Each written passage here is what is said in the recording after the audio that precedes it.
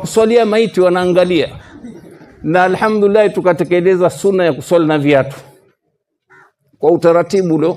Basi wallahi nimemkuta mzee mmoja mbele wakati mimi naswalisha maiti, salale ama kweli hawa makafiri, angalia anaswali na viatu.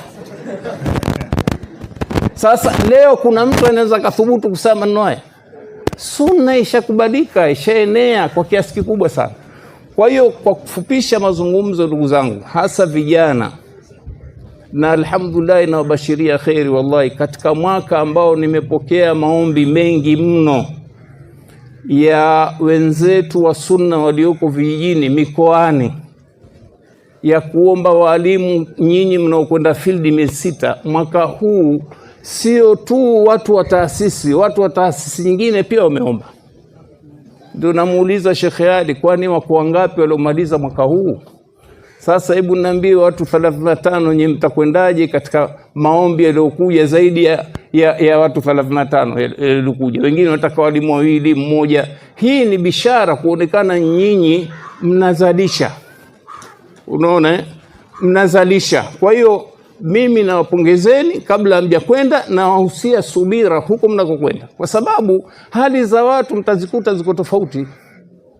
Kuna mtu atakwenda kupokewa na watu, maisha yake yatakuwa ya raha kuanzia mwezi ule wa kwanza atakaokwenda mpaka miezi 6, na bila shaka huyo atataka abaki hapo.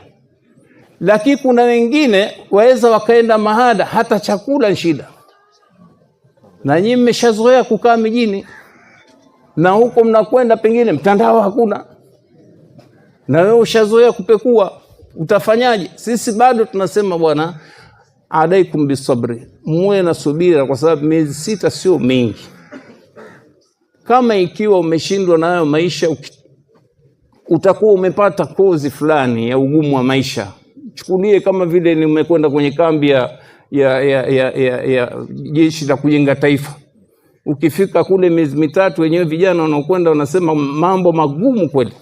Sasa chukulia pia hii ni sehemu ya kujenga taifa la watu wa sunna, kwamba umepata kozi ya magumu kwa muda wa miezi 6. Lakini haya yote ukifanya jambo kwa ikhlasi, utakuta yote yamekuwa mepesi. Aqulu qawli hadha wa billahi tawfiq, wa sallallahu ala sayyidina Muhammad walhamdulillahi rabbil alamin.